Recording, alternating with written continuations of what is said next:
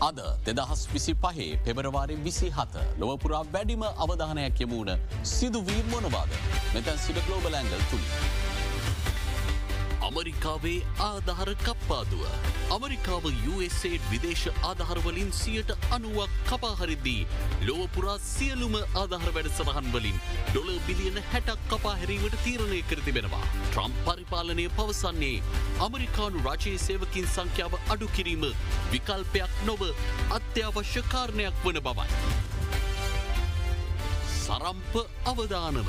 Texas ප්‍රාන්තයේ වසංගතයක් මෙන් පැතිර යන සරම්ප රෝගයෙන් 130 දෙනෙක් රෝහල්ගත කෙරෙද්දී එය ආසාදිතින්ගෙන් 20% වන බව වෛද්‍ය විශේෂඥයින් පවසනවා. අමරිකාව තුළ දශකයකට පසු සරම්ප මරණ දෙකක් වාර්තා වීමද විශේෂත්වයක්.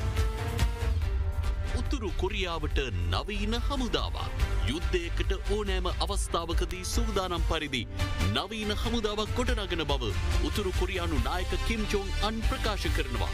උතුරු කොරියාව යුක්‍රේනයට තවත් හමුදා බටයෙන් යවා ඇති බව දකුණු කොරියාව චෝදනා කරන්නේ මෙවැනි පසුබිමකයි. Global Angle with Kalindu Karunaratne.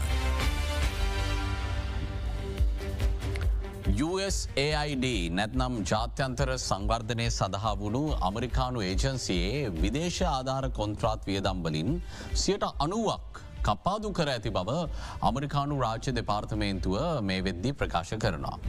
එවගේම ලෝකෙ පුරා සියලුම අමරිකානු ආධාර වැඩසටහන් වලින් ඩොලර් බිලියන 60ක් කපා හැර ඇති බව තමයි මේ හරහා තවදුරටත් නිවේදනය කරන්නේ.